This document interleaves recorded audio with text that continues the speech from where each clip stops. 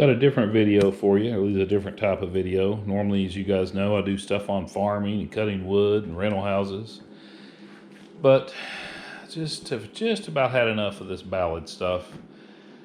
Worked in healthcare in the medical field for 30 years myself. Retired now, but some things of interest I've run across I think we should discuss and the public should know. So Ballad become Ballad when Mountain States and WellMont merged, which was February 1st of 2018. Now, the Federal Trade Commission opposed this merger. The Federal Trade Commission document here basically goes on to say that they expressed concern that the loss of competition, proposed merger of Mountain States and WellMont would significantly harm the residents of Northeast Tennessee and Southwest Virginia. Pretty strong. The Tennessean, newspaper The Tennessean here. Ballad Health, a newly formed hospital company, now functions as one hospital system for the majority of residents, about 1.2 million people in a geographic area the size of New Jersey, this entire state of New Jersey. Continuing on with the Tennessean article here, officials with the Federal Trade Commission opposed the merger, which we've talked about.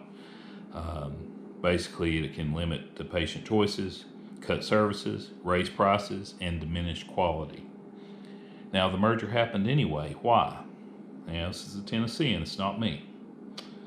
The merger was made possible only by a change in Tennessee law to bypass the Federal Trade Commission anti-monopoly rules. The 2015 law made a certificate of public advantage available to hospitals wanting to merge. The COPA law requires that a hospital merger benefits the public must outweigh, in other words, the benefits must outweigh the cost of eliminating competition. It requires ongoing state supervision. Now, this is where it gets a little juicy.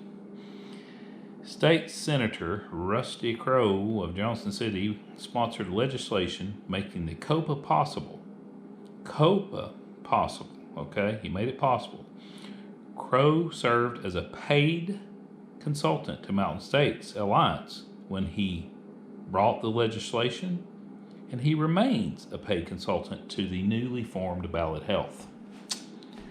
This is a news story from WCYB, which is the local NBC affiliate in Bristol. Actually, they're in the Virginia side, but they're in Bristol. This is dated the January 31st of 2018, basically going on and on about the merger. The two largest healthcare providers in our region is almost complete. Talks about the 14,000 employees will become employees of Ballad Health. Pay close attention to this part. WellMont CEO, Bart Hove, and Mountain States CEO, Alan Levine, both fended off criticism about the merger following the Federal Trade Commission's formal opposition to the merger. And it talks about how the Federal Trade Commission did not want this to happen, did not recommend that this would be a good move. Just remember here, Bart Hove, CEO, WellMont Health Systems. Alan Levine, CEO, Mountain States. Mr. Bart Hove, he's going to be the star here for the next few minutes. On an article from, I believe this was WJHL, from the 30th of January, talks about the board of directors for Ballad Health has been selected. Alan Levine will be the executive chair and the president, and Bart Hove will be the chief executive officer. Now, we've already established on January 31st, WCYB put this story out, and as of midnight on the 31st, which is February the 1st, Ballad will be WellMont and Mountain States. Well, from Ballad's website, February 1st, 2018. Wait a minute, that's the day the merger went through. Ballad Health announces retirement of Bart Hove. But the merger just happened, right? So let's look over here at some tax returns. This is 2018. Sorry for the shadow. And if you can see that, Ballad Health, 2018.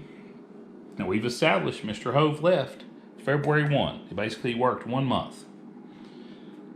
Mr. Hove, Barton Hove, former officer, retired, still got paid $1.2 million in 2018. Wow, well, that's a lot. You know, he's only worked 1 month. Well, let's see what happened in 2019. 2019, tax return, Ballad Health right there.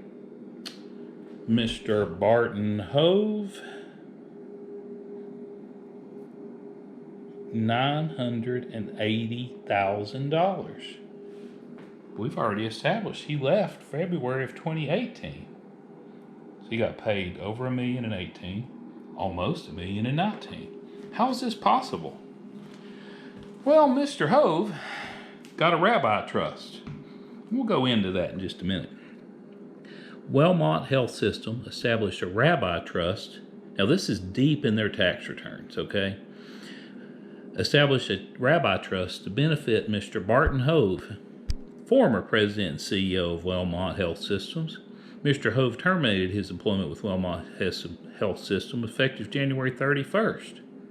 Well, the merger didn't go through till midnight, which had triggered the initiation of payments under the Rabbi Trust Agreement, totaling $967,990. But we've already seen he got paid more than that, dramatically more than that in 18, and even more than that in 19.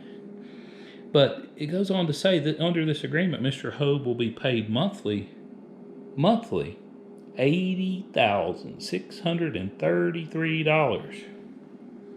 Wow, I bet the nurses and the staff wish they were paid some of that.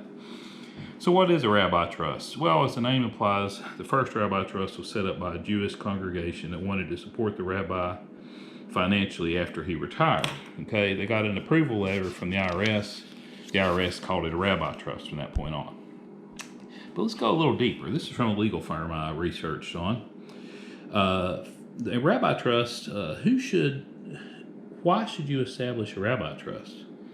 For employees who worry about non-payment primary by reason of hostile takeover or similar occurrence. Hostile takeover or similar occurrence. All right, a lot to cover here. I've found a lot in their tax returns. I'm going to do a series of videos on this. Please subscribe. Click that little notification thing because this is very interesting. We're going to dive deep into the tax returns. There are some things in there that everyone needs to know, and I look forward to exposing them over time. By the way, I've been told to say this. I'm not suicidal. I want to live a long, healthy life. And if Ballad comes after me, bring it on.